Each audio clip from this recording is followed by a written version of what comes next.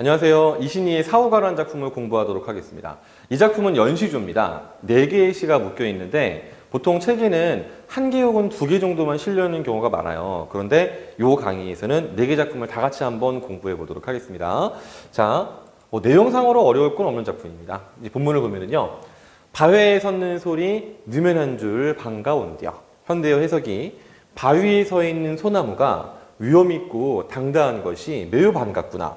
자, 여기서 보면은요, 느면한이란 말, 현대어가 위험 있고 당당하다라는 거잖아요.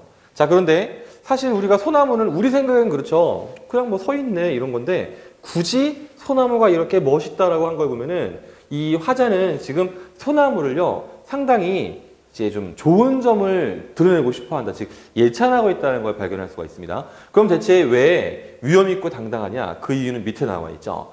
풍상을 겪고도 여위는 일이 전혀 없다. 즉 바람과 서리를 겪고도 여위는 일이 없다. 즉 바람과 서리라는 사실 그렇잖아요. 요 풍상이라는 게 우리가 고전 시가를 많이 공부해서 알겠지만 대체적으로 부정적인 의미죠. 그런데 이런 자연적인 실현 속에서도 자기의 본 모습을 잃지가 않죠. 특히 이 마지막 부분 보세요. 어쩌다가 봄빛을 가져도 변할 줄을 모르나니. 즉 봄비라고 되어 있는데 봄빛입니다. 아이고, 봄비라고 되어 있네요. 자, 봄이 되어도 자기 모습이 바뀌잖아요. 무슨 말이냐면 사람이라는 게 그렇잖아요. 사람들이 흔히 힘들고 어려울 때랑 자기가 좋은 시절을 보낼 때랑 겉에 드러나는 태도가 다르기 마련이죠. 그런데 소나무는 사시사철 늘 푸르는 모습이죠. 즉 상황이 좋든 나쁘든 늘 자신의 모습을 보여주는 것이 참 멋있다 라고 예찬하는 작품이 1수 내용이 되겠습니다. 자, 그 다음에 이제 2수 볼게요.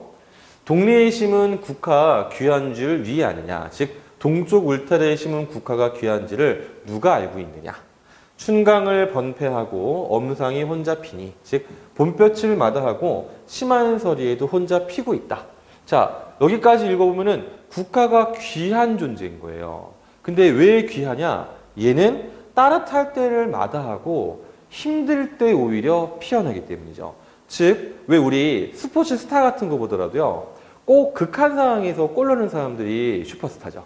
그죠? 선생님이 뭐 이렇게 학교 생활할 때는 그 마이클 조단이라는 농구 선수가 있었어요. 그분 잘 보면 평상시에도 굉장히 잘하시긴 하는데 꼭 팀이 위기 상황일 때 꼭 3점 슛을 넣으시거나 꼭 덩크슛을 넣어서 이 구경하는 관객들을 미치게 만들어요. 어쨌든 자, 이 국화도 마찬가지라는 거죠. 보통 꽃들이 다 좋은 시절 피는데 혼자 서리가 내릴 때 피서 그래서 귀하다라고 하는 거죠. 마지막 어집어 청고한 내 벗이 다만 너인가 하노라. 즉 맑고 고절한 내 벗은 너밖에 없어. 즉 얘도 어떠냐면요. 이 시도 앞에 소나무랑 똑같아요. 국화가 가지고 있는 이 아름다운 속성을 예찬하고 있다라고 생각하면 되겠습니다. 자, 그 다음에 3수입니다.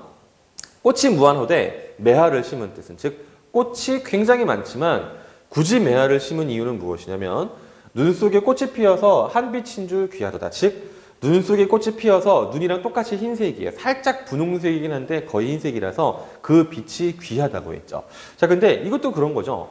다른 꽃들은 다 눈이 내리고 나서 따뜻해지면 핍니다. 따뜻해지면.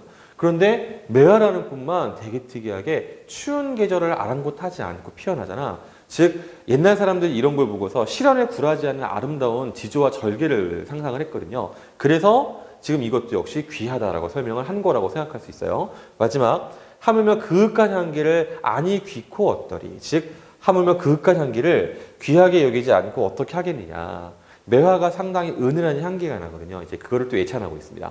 참고로 말하면 이건 좀 사담인데요. 선생님은 어렸을 때 동네에 개나리랑 진달래가 되게 많았어요. 그런데 어느 순간 사람들이 막 벚꽃만 즐기고 있더라고요. 그래서 사실 나는 요즘에 봄이 되면은 벚꽃은 너무 흔해서 사실 벚꽃은 보면 별 감흥이 없고요. 개나리, 진달래, 그 다음에 아주 간혹 가다가 매화가 피어 있어요. 그 매화를 보면 굉장히 기분이 좋아. 선생님이 지금 촬영하고 있는 학원에 앞에 나가면 주차장에 매화나무가 딱 한 그루 있어요. 그 매화가 사실은 벚꽃보다 훨씬 더 아름답습니다. 우리나라에 매화나 혹은 개나리, 진달래 같은 게 좀 많아졌으면 하는 소망이 있습니다. 뭐 사담이었습니다. 그 다음에 4수 볼게요.